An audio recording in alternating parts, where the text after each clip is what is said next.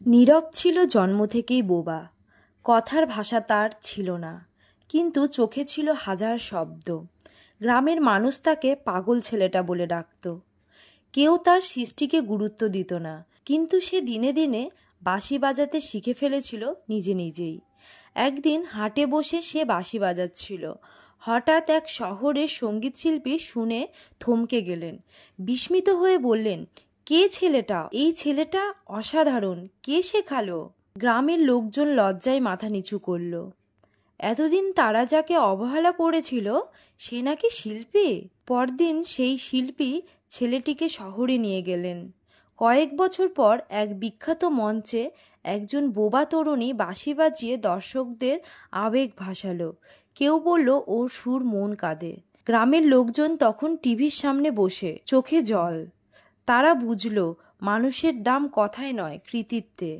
নীরব সেই দিনও কিছু বলেনি, শুধু মুচকি হেসে বাঁশিতে এক নতুন সুর তুলেছিল, যা পুরো গ্রাম চিরদিন মনে রাখবে।